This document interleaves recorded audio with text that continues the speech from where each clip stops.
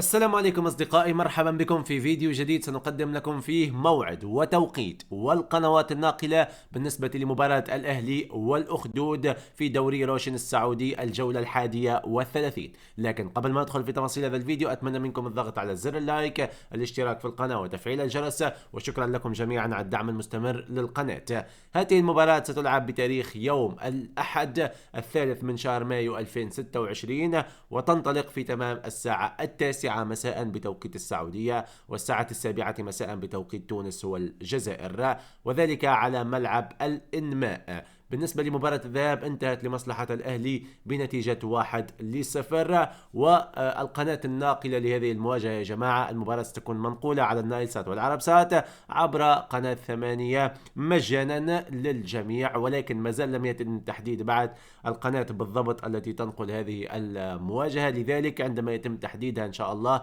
ننزلكم فيديو فيه جميع التفاصيل المكتملة حول معلومات وتفاصيل هذه المباراة. هذا كان كل شيء في الفيديو، شكرا لكم على المتابعة، جزاكم الله كل خير، سلام عليكم.